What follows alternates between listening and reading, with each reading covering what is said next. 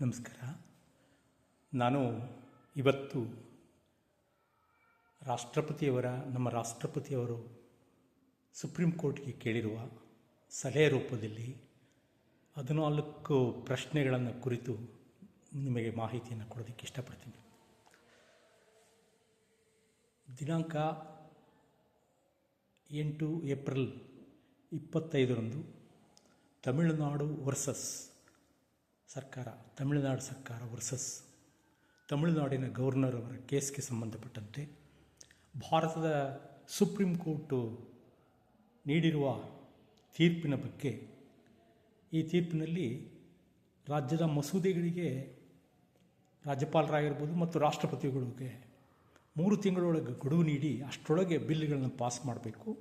ಇಲ್ಲದೇ ಇದ್ದರೆ ಅವುಗಳು ನ್ಯಾಯಾಂಗದ ಶಾಸನದ ಮೂಲಕ ಅಂಗೀಕಾರವಾಗಿ ತಮ್ಮಷ್ಟಕ್ಕೆ ತಾವೇ ಆ ರಾಜ್ಯಗಳಲ್ಲಿ ಕಾನೂನು ಆಗ್ತವೆ ಅಂತೇಳಿ ತೀರ್ಮಾನ ಕೊಟ್ಟಿದೆ.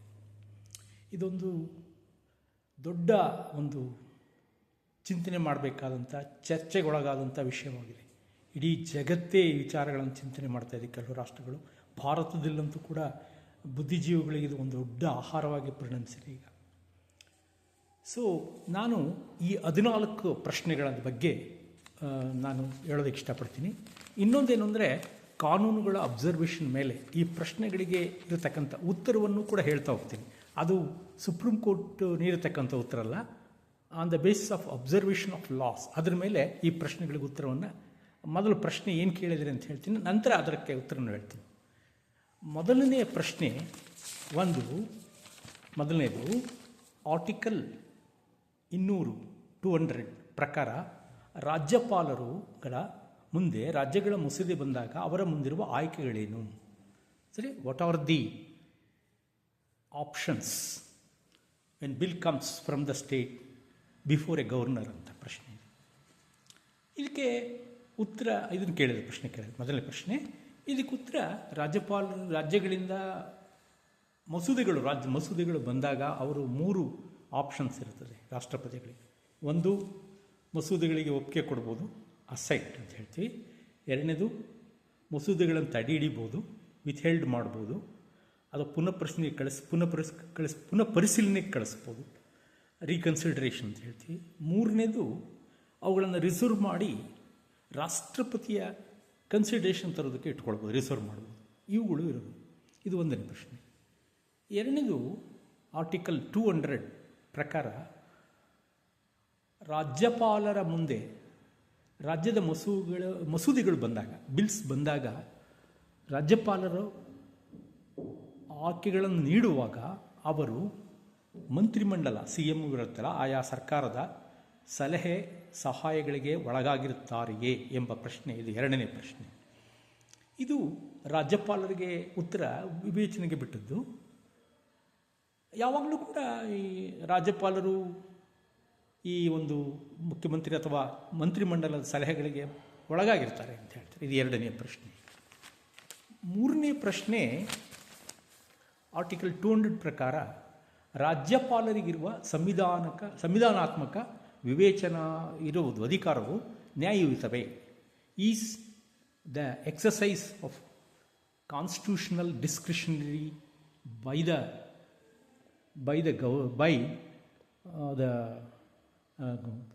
Discretion of power of president is justiciable ಅಂತ, ಅದು ನ್ಯಾಯಯುತವೇ ಅಂಥೇಳಿ. ಇದು ಮಸೂದೆಯನ್ನು ತಡೆ ಹಿಡಿದು ರಾಷ್ಟ್ರಪತಿಯವರ ಕನ್ಸಿಡರೇಷನ್ಗೆ ಕಳಿಸ್ತದೆ. ಕೆಲವು ಮಸೂದೆಗಳು ಬಹಳ ಸಂವಿಧಾನಾತ್ಮಕವಾಗಿ ಮುಖ್ಯವಾಗಿರ್ತವೆ, ಕಾನೂನಿನಿಂದ, ಫ್ಯಾಕ್ಟ್ಗಳಿಂದ. ಅಂಥವುಗಳನ್ನು ಆಯ್ಕೆ ಮಾಡಿ ಅವುಗಳ ಮುಂದೆ ಕಳಿಸೋದು ನ್ಯಾಯಯುತವಾಗಿರುತ್ತದೆ. ನಾಲ್ಕನೇ ಪ್ರಶ್ನೆ, is article 361 is N absolute bar two the judicial review ಅಂತ. ಅಂದರೆ ನ್ಯಾಯಾಂಗ ವಿಮರ್ಶೆಗೆ ವಿರುದ್ಧವಾದ ಒಂದು ಸಂಗತಿ ಯಾವುದಪ್ಪ ಅಂದರೆ ಆರ್ಟಿಕಲ್ 361 ಆರ್ಟಿಕಲ್ ಭಾರತ ಸಂವಿಧಾನದ 361ನೇ ವಿಧಿಯ ಪ್ರಕಾರ ರಾಜ್ಯಪಾಲರು, ರಾಷ್ಟ್ರಪತಿಗಳು ಯಾವುದೇ ಕೋರ್ಟುಗಳ ಪ್ರಶ್ನೆಗಳಿಗೆ ಕೋರ್ಟಿಗೆ ಉತ್ತರ ಕೊಡೋಕ್ಕೆ ಬರಲ್ಲ. ಅವರು ಎಕ್ಸಮ್ಟ್, ಅದನ್ನು they are exempt from this ಕ್ಲಾಸಿಂದ. ಇದು 4ನೇ ಪ್ರಶ್ನೆ. 5ನೇ ಪ್ರಶ್ನೆ, ಆರ್ಟಿಕಲ್ 200 ಪ್ರಕಾರ ರಾಜ್ಯಪಾಲರ ಅಧಿಕಾರದ ಮೇಲೆ ನ್ಯಾಯಾಂಗ ಮಸೂದೆಗಳ ಮೂಲಕ, ನಿರ್ದೇಶನಗಳ ಮೂಲಕ ಇಷ್ಟು ಕಾಲಮಿತಿಯೊಳಗೆ, ಈಗ 3 ತಿಂಗಳಂತ ಹೇಳಿದ್ದಾರೆ, ಅದರೊಳಗೆ ಮೂಲಕ ಕಾಲಮಿತಿಯನ್ನು ಅವರು ಮಲ್ಲಿಗೆ ಸೈನ್ಯ ಕಳಿಸ್ಬೇಕು ಅಂತ ಹೇಳಿದ್ದಾರೆ. ಈ ಮಿತಿ ವಿಧಿಸಬಹುದೇ ಕ್ವಶನ್ ಮಾರ್ಕ್ ಹಾಕಿದ್ದಾರೆ. That is, can the court through judicial order impose time limit on governor function. ಇದು ಕೂತ್ರೆ ಏನಂದರೆ ಭಾರತ ಸಂವಿಧಾನದಲ್ಲಿ ಇಲ್ಲ, ಕಾಲಮಿತಿಯನ್ನು ಮೆನ್ಷನ್ ಮಾಡಿಲ್ಲ. ಇದು 5ನೇ ಪ್ರಶ್ನೆ. 6ನೇ ಪ್ರಶ್ನೆ, 2001 ಪ್ರಕಾರ ರಾಷ್ಟ್ರಪತಿಯವರ ಸಂವಿಧಾನ ವಿವೇಚನಾಧಿಕಾರವು ನ್ಯಾಯವಾದುದೇ. 2001ರಲ್ಲಿ ರಾಷ್ಟ್ರಪತಿಯವರಿಗೆ ಒಂದು ಅಧಿಕಾರ ಕೊಟ್ಟಿದೆ ಸಂವಿಧಾನ. Is the exercise of constitutional discretion by the president under article 201 ಜಸ್ಟಿಯಬಲ್. ಉತ್ತರ ಏನು ಹೇಳೋದಂದರೆ, ಅಬ್ಸರ್ವೇಷನಲ್ಲಿ ರಾಜ್ಯಪಾಲರು ರಾಷ್ಟ್ರಪತಿಯ ಗಮನಕ್ಕೆ ರಿಸರ್ವ್ ಆದಂಥ ಮಸೂದೆಗಳನ್ನು ಕಳಿಸಿದಾಗ ರಾಷ್ಟ್ರಪತಿಯವರನ್ನು ಅವರ ವಿವೇಚನಾಧಿಕಾರ ಮಸೂದೆಗಳು whether they are just constitutional based or ಅವು ರಾಷ್ಟ್ರದ ಹಿತಕ್ಕೆ ದೃಷ್ಟಿಯಿಂದ ಇದ್ದಾವೆ ಇಲ್ಲೆಂಬುದನ್ನು ನೋಡಿ ಅವರು ಕೆಲವು ಮಸೂದೆಗಳನ್ನು ತಡೆ ಹಿಡಿಬೋದು. ಇದು ಜಸ್ಟೇಬಲ್, ಇದು ತಡೆಯಬಹುದು, ಇದು ನ್ಯಾಯವಾದದ್ದೇ ಅಂತ ಹೇಳ್ತಾರೆ ಕೆಲವರು ಅಬ್ಸರ್ವೇಷನಲ್ಲಿ.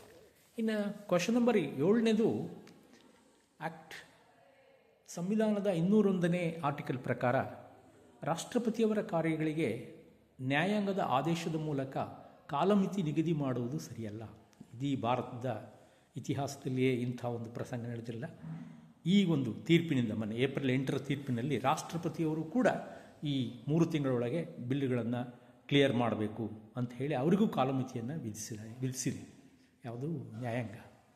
ಆದರೆ ಉತ್ತರ, ಭಾರತ ಸಂವಿಧಾನದಲ್ಲಿ ರಾಷ್ಟ್ರಪತಿಯವರು ಇಂತಿಷ್ಟು ಕಾಲದಲ್ಲಿಯೇ ಕಾರ್ಯಗಳಿಗೆ ಕಾಲಮಿತಿಯನ್ನು ವಿಧಿಸಿಲ್ಲ. Because it may be difficult to be bound by strict timelines for the president. ಇದು ಇರುತ್ತೆ ರಾಷ್ಟ್ರಪತಿ. ಅದರಿಂದ ಎಲ್ಲಿಯೂ ಕಾಣಲ್ಲ ರಾಷ್ಟ್ರಪತಿಗೆ ಕಾಲಮಿತಿಯನ್ನು ವಿಧಿಸಿರುವುದು. ಇದು ಬಹಳ ಸಂಕೀರ್ಣವಾದ, ವಿವಾದಾತ್ಮಕವಾದ ಹಾಗೂ ಕಾಂಟ್ರಡಿಕ್ಟರಿ ವಿಚಾರ ಅಂತ ಕೆಲವರು ಅಭಿಪ್ರಾಯಪಡ್ತಾರೆ, ಲೀಗಲ್ ಎಕ್ಸ್ಪರ್ಟ್ಸ್. ಕ್ವಶನ್ ನಂಬರ್ 8ನೇದು, ಆರ್ಟಿಕಲ್ 143 ಭಾರತ ಸಂವಿಧಾನದ ಪ್ರಕಾರ ರಾಜ್ಯಪಾಲರು ರಾಜ್ಯದ ಮಸೂದೆಗಳನ್ನು ರಾಷ್ಟ್ರಪತಿಯವರ ಕನ್ಸಿಡರೇಷನ್ಗೆ ಕಳಿಸಿದಾಗ, ಅವರ ಗಮನಕ್ಕೆ, ಅದನ್ನು ಆ ಸಂದರ್ಭದಲ್ಲಿ ತಡೆ ಹಿಡಿದ ಮಸೂದೆಗಳ ಬಗ್ಗೆ ರಾಷ್ಟ್ರಪತಿಯವರು ಆ್ಯಕ್ಷನ್ ತೊಗೊಳೋದಕ್ಕೆ ಸುಪ್ರೀಂ ಕೋರ್ಟಿನ ಅಭಿಪ್ರಾಯವನ್ನು ಕೇಳಬೇಕೇ? ಅಂದರೆ president required to seek advice of supreme court ಅದಂತ ಒಂದು ಪ್ರಶ್ನೆ ಇದು 8ನೇದು.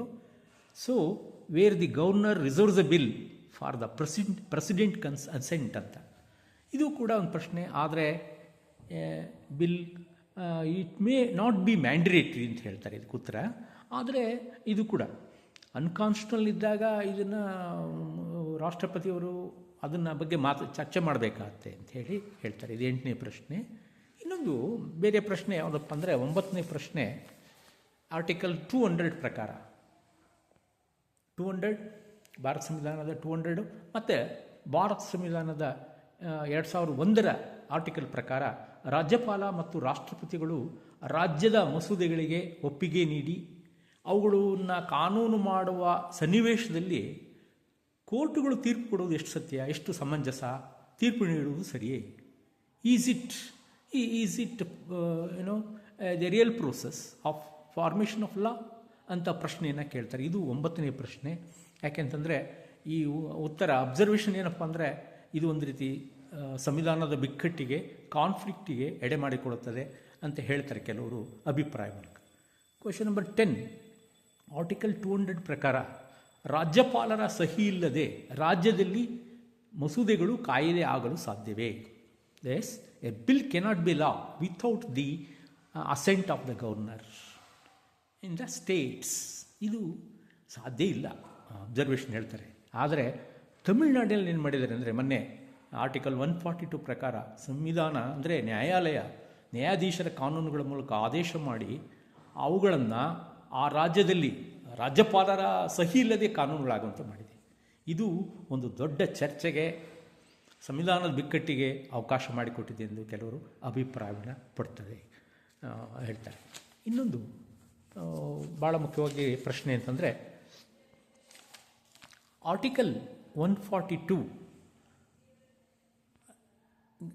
ಸಂಬಂಧಪಟ್ಟಂಗೆ ರಾಜ್ಯಪಾಲರು ಹಾಗೂ ರಾಷ್ಟ್ರಪತಿಗಳು ಸಂವಿಧಾನ ಕಾರ್ಯಗಳಿಗೆ ಅವರೇನೇನು ಕೆಲಸ ಮಾಡ್ತಾರೆ, ಪವರ್ಸ್ ಆ್ಯಂಡ್ ಫಂಕ್ಷನ್ಸ್ ಇದೆಯಲ್ಲ ರಾಜ್ಯಪಾಲರದು ಮತ್ತು ರಾಷ್ಟ್ರಪತಿಗಳದು, ಅದಕ್ಕೆ ಈ ಆರ್ಟಿಕಲ್ 142 ಬದಲಿಯೇ, ಪರ್ಯಾಯವೇ, is it substitute for article 142 the functions of governor and president of India?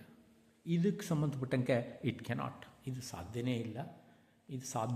ಅದಕ್ಕೋಸ್ಕರ ಇದನ್ನು missile attack on parliamentary democracy ಅಂತ ಹೇಳಿ ಕೆಲವರು ಅಭಿಪ್ರಾಯಪಟ್ಟಿದ್ದಾರೆ. ಅದು ಬೇರೆ ವಿಚಾರ. ಇನ್ನು ಈ 12ನೇದು ಆರ್ಟಿಕಲ್ 145(3) ಪ್ರಕಾರ ನಮ್ಮದು ಸಂಯುಕ್ತ ಮಾದರಿ ಸರ್ಕಾರ ಪದ್ಧತಿ. ಇಲ್ಲಿ ಏನೇ ಒಂದು ಸಂವಿಧಾನಾತ್ಮಕ ಕಾನೂನುಗಳಿಗೆ ತೀರ್ಪು ನೀಡುವಾಗ ಯಾವಾಗಲೂ ಕೂಡ ದೊಡ್ಡ ಬೆಂಚು, ಕಾನ್ಸ್ಟಿಟ್ಯೂಷನಲ್ ಬೆಂಚ್ ಅಂತ ಇರುತ್ತೆ. 2 ಜಡ್ಜಲ್ಲ, 5 ಜಡ್ಜ್ಗಿಂತ ಮೇಲ್ಪಟ್ಟ ಇರುತ್ತೆ. 5 ಜಡ್ಜ್ ಇರ್ತಕ್ಕಂಥ ಒಂದು ಸಂವಿಧಾನ ಪೀಠ ತೀರ್ಮಾನ ತೆಗೆದುಕೊಳ್ಬೇಕು. ಆದರೆ ಇಲ್ಲಿ ತಮಿಳುನಾಡು ವರ್ಸಸ್ ಗವರ್ನರ್ನ ಕೇಸ್ನಲ್ಲಿ ಕೇವಲ 2 ನ್ಯಾಯಾಧೀಶರು ತೀರ್ಮಾನ ತೆಗೆದುಕೊಂಡರೆ ಇದು ಸರಿಯೇ? ಇದು ಕೂಡ ಒಂದು ಪ್ರಶ್ನೆ. ಈ 143 ಸಂವಿಧಾನ ಕಾನೂನುಗಳಿಗೆ ತೀರ್ಪು ನೀಡುವಾಗ 5 ಬೆಂಚ್ ಜಡ್ಜ್ ಸೂಕ್ತ ಅಂತ ಅದುವೇ? ಇಲ್ಲಿ ಆಗಿಲ್ಲ. ಅದು ಒಂದು ಪ್ರಶ್ನೆಯನ್ನು ಕೇಳಿದರೆ ಇದಕ್ಕೆ ಉತ್ತರ ಇಲ್ಲ. ಉತ್ತರನ ಅಬ್ಸರ್ವೇಷನಲ್ಲಿ ಅದು ಕಾನೂನು ಪ್ರೋಸೆಸ್ ಹೋಗುತ್ತೆ. ನೆಕ್ಸ್ಟ್ ಇನ್ನೊಂದು 13ನೇ ಪ್ರಶ್ನೆ, ಆರ್ಟಿಕಲ್ 142 ಮೂಲಕ ನ್ಯಾಯಾಂಗ ಮಾಡುವ ಕಾನೂನುಗಳು ಜಡ್ಜ್ ಮೇಡ್ ಲಾ ಅಂತ ಹೇಳ್ತೀವಿ ನಾವು ಅದನ್ನು. ಇವುಗಳು they are not equal to what we called common laws. ಏನು ಸಂವಿಧಾನಾತ್ಮಕ ಕಾನೂನುಗಳಿಗೆ ಅವುಗಳಿಗೆ ಸಮನಾಗಿ ಸಾಧ್ಯನೇ ಇಲ್ಲ ಅಂತ ಹೇಳ್ತಾರೆ. ಉತ್ತರ ಇದಕ್ಕೆ ಏನು ಹೇಳ್ತಪ್ಪ, deemed governor assent is not applicable in every case of governor ಅಂತಾರೆ. ಆದರೆ ಇದು ಈ ಒಂದು ಪ್ರಶ್ನೆ ಕಾಂಟ್ರಡಿಕ್ಟರಿ, ಕಾಂಪ್ಲಿಕೇಟೆಡ್ ಇನ್ ಡಿಸ್ಕಷನ್ಸ್ ಅಂತ, ಮತ್ತು ಇನ್ನೇನು ಗಿವಿಂಗ್ ಡಿಸಿಷನ್ ಅಂತ ಹೇಳ್ತಾರೆ. ಒಂದು ವಿರೋಧಾತ್ಮಕವಾದಂಥ, ಯಾಕೆಂದರೆ ನ್ಯಾಯಾಧೀಶರ ಕಾನೂನುಗಳು ಸಾಮಾನ್ಯ ಕಾನೂನು ಏನಿದೆ ಸಂವಿಧಾನ ಕಾನೂನುಗಳಿಗೆ ಸಮನಾಗೋದಕ್ಕೆ ಸಾಧ್ಯ ಆಗೋದಿಲ್ಲ. ಸಂದರ್ಭದಲ್ಲಿ ಅವು ಈ ಸಂಘರ್ಷ ಮತ್ತು ಕಠಿಣ ಸಂಕೀರ್ಣತೆಗೆ ಎಡೆ ಮಾಡಿಕೊಡ್ತೇವೆ ಅಂಥೇಳಿ ಲೀಗಲ್ ಎಕ್ಸ್ಪರ್ಟ್ ಅಭಿಪ್ರಾಯಪಡ್ತಾರೆ. ಇನ್ನು ಕೊನೆಯದಾಗಿ ನಂಬರ್ 14 ಕ್ವಶನ್ ಏನು ಕೇಳಿದಾರಪ್ಪ ಅಂದರೆ, ಆರ್ಟಿಕಲ್ 31ಗೆ ಆರ್ಟಿಕಲ್ 32 ಬಳಸುವುದು.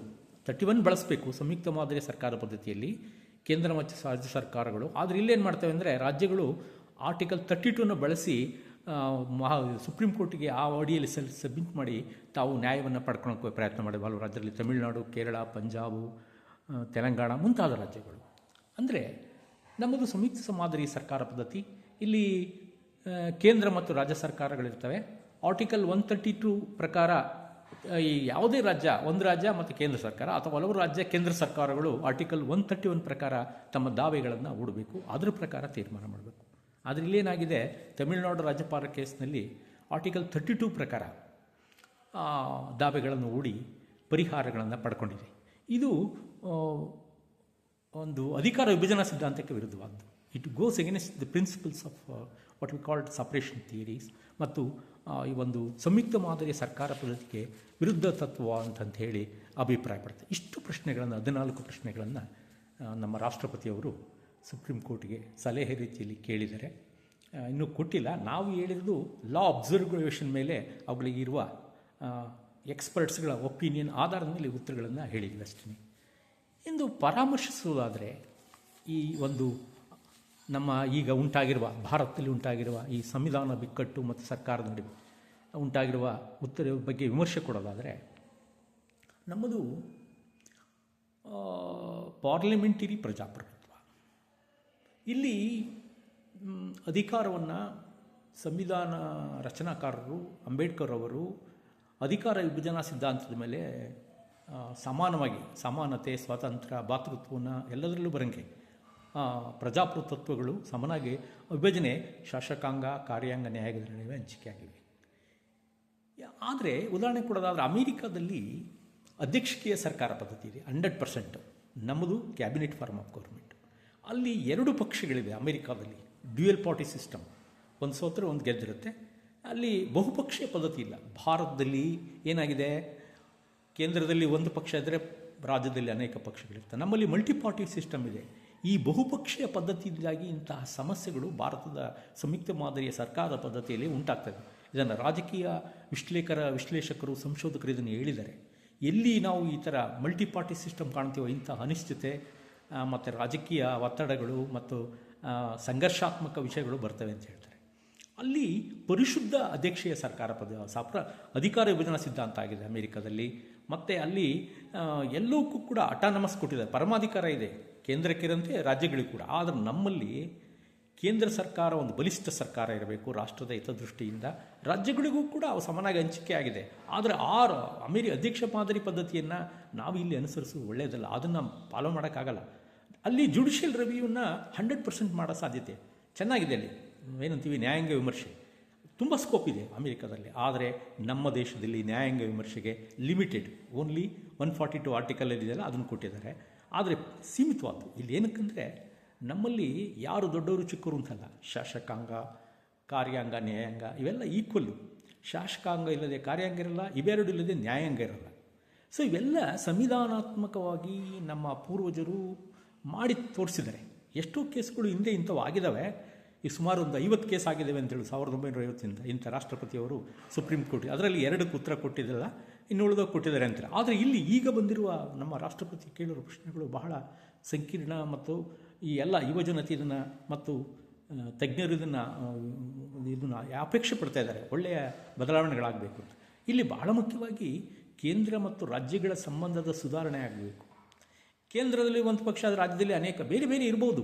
ಹಾಗಂತ ಹೇಳಿ ಜಗಳ ಆಡೋದು ಮುಖ್ಯ ಅಲ್ಲ. ನಮಗೇನು ಬೇಕು ನಾವು ದಕ್ಕಿಸ್ಕೊಂಡು ಚರ್ಚೆ, ಸಮಾಲೋಚನೆಗಳ ಮೂಲಕ ಮಾಡ್ಕೋಬೇಕು. ಏನು ನವಿಲು ಕುಣಿಯುತ್ತೆ ಅಂಥೇಳಿ ಕೆಂಬಕ್ಕಿ ಪುಕ್ಕ ತರ್ಕೊಳಕ್ಕಾಗಲ್ಲ. ಬೇರೆ ಯಾವುದೋ ದೇಶದಲ್ಲಿ ಏನೋ ಮಾಡ್ತಾರೆ, ಅಮೇರಿಕಾದಲ್ಲಿ ನಾವು ಮಾಡೋಕ್ಕಾಗಲ್ಲ. ರಾಜ್ಯಗಳು ಯಾವಾಗಲೂ ತಿಕ್ಕಾಟ ಮಾಡೋಕ್ಕೋದ್ರೆ ನಮಗೆ ಸಂಘರ್ಷಣೆಗಳೇ ಬರುತ್ತದೆ. ಅಂದರೆ ಅದರಿಂದ ಏನು ಮಾಡಬೇಕಪ್ಪ ಅಂದರೆ ಕೂತು ಶಾಂತಿ ಸಮಾಲೋಚನೆಗಳ ಮೂಲಕ ಕೇಂದ್ರ ಮತ್ತು ರಾಜ್ಯ ಸರ್ಕಾರಗಳು ಈ ಸಮಸ್ಯೆಗಳನ್ನು ಬಗೆಹರಿಸ್ಕೊಳ್ಬೇಕು. ಅತಿರೇಕಕ್ಕೆ ಹೋಗಬಾರ್ದು. ಯಾವುದೇ ಅಂಗ, ಶಾಸಕಾಂಗ ಇರ್ಬೋದು, ಕಾರ್ಯಾಂಗ ಇರ್ಬೋದು ಮತ್ತು ನ್ಯಾಯಾಂಗ ಇರ್ಬೋದು, ನಾನು ದೊಡ್ಡವನು ಅಂತ ಹೇಳಕ್ಕೆ ಬರಲ್ಲ. ಇಲ್ಲಿ ಸಂವಿಧಾನ ದೊಡ್ಡದು, ಪ್ರಜೆಗಳು ದೊಡ್ಡರು. ಆದರೆ ಅವುಗಳಿಗೆಲ್ಲ ನಾವು ರೂಪ ಕೊಡೋರು, ಜೀವ ಕೊಡೋರು ಮನುಷ್ಯರು. ಈ ಅಂಗಗಳು ಶಾಸಕಾಂಗ, ಕಾರ್ಯಾಂಗ, ನ್ಯಾಯಾಂಗ. ಬ್ರಿಟನ್ನಿನ ಪ್ರಸಿದ್ಧ ರಾಜಶಾಸ್ತ್ರಜ್ಞರಾಗಿದ್ದಂಥ ವಿನ್ಸ್ಟನ್ ಚರ್ಚಿಲ್ ಒಂದು ಮಾತು ಹೇಳಿದರು. ನೋಡ್ರಿ, ಆಡಳಿತವನ್ನು ತುಂಬ ಯಶಸ್ವಿಯಾಗಿ ಮಾಡಬೇಕು ಅಂತ ಒಂದು ರಾಷ್ಟ್ರದಲ್ಲಿ ನಾವೇನು ಮಾಡಬೇಕು? ಆಡಳಿತ ವಿಚಾರಗಳು ಬಂದಾಗ administration is not each king but administration is A smooth running ಅಂತಾರೆ. ಅಂದರೆ ಆಡಳಿತ ಅಂದರೆ ಕೆರೆದು ಗಾಯ ಮಾಡ್ಕೊಳೋದಲ್ಲ, ಅದನ್ನು ಸ್ಮೂತಾಗಿ ನಡೆಸ್ಕೊಂಡು ಹೋಗೋದು, ಆಡಳಿತನ ಸ್ಮೂತಾಗಿ ನಡೆಸ್ಕೊಂಡು ಹೋಗೋದು ಬಹಳ ಮುಖ್ಯ ಅಂತ ಹೇಳಿ ವಿನ್ಸ್ಟನ್ ಚರ್ಚಿಲ್ ಹೇಳ್ತಾರೆ. ಅಂಥ ತತ್ವವನ್ನು ನಾವು ಅಳವಡಿಸ್ಕೊಳ್ಬೇಕು. ಇಲ್ಲಿ ರಾಜಕೀಯ ಪಕ್ಷ ಮುಖ್ಯವಲ್ಲ, ದೇಶ ಮುಖ್ಯ, ಸಂವಿಧಾನ, ಪ್ರಜೆಗಳು ಮುಖ್ಯ ಮತ್ತು ಹೊಂದಾಣಿಕೆ ಮುಖ್ಯ. ಇದರಲ್ಲಿ ಪರಾವಲಂಬನೆಗಳಿವೆ ಶಾಸಕಾಂಗ, ಕಾರ್ಯಾಂಗ, ನ್ಯಾಯಾಂಗದಲ್ಲಿ. ಇಲ್ಲಿ ಯಾವುದೇ ದೊಡ್ಡದು ಅಂತ ಹೇಳಕ್ಕೆ ಬರೋದಿಲ್ಲ. ಅದರಿಂದಲೇ ಮೊನ್ನೆ ಇತ್ತೀಚೆಗೆ ನಮ್ಮ ಸುಪ್ರೀಂ ಕೋರ್ಟಿನ ನ್ಯಾಯಾಧೀಶರು ಗವಾಯ್ ಅವರು ಹೇಳಿದ್ದಾರೆ, ಸಂವಿಧಾನ ದೊಡ್ಡದು, ಪ್ರಜೆಗಳು ದೊಡ್ಡರು. ಅದರಡಿಯಲ್ಲಿ ನಾವು ಕೆಲಸ ಮಾಡಬೇಕು. ಆದರೆ ಇಲ್ಲಿ ಈ ಇಂಟರ್ಪ್ರಿಟೇಷನ್ ಮಾಡಬೇಕಾದ್ರೆ ನಾವು ಇವೆಲ್ಲವನ್ನು ಗಮನದಲ್ಲಿಟ್ಟುಕೊಂಡು ಎಲ್ಲರೂ ಕೂಡ, ಪ್ರತಿಯೊಬ್ಬರೂ ಕೂಡ, ಪ್ರತಿಯೊಂದು ಅಂಗಗಳು ಕೂಡ ದೇಶದ ಸಂವಿಧಾನದ ಪ್ರಜೆಗಳ ದೃಷ್ಟಿಯಿಂದ ಕೆಲಸ ಮಾಡಬೇಕು. ಹಾಗಾದರೆ ನಮ್ಮ ದೇಶಕ್ಕೆ ಹೆಚ್ಚು ಒತ್ತು ಬರುತ್ತೆ, ಹೆಚ್ಚು ಪ್ರಜಾಪ್ರಭುತ್ವ ಯಶಸ್ವಿ ಆಗುತ್ತೆ ಅಂತ ಹೇಳಿ ನಮಸ್ಕಾರ ಹೇಳ್ತೀನಿ ಅಷ್ಟೇ.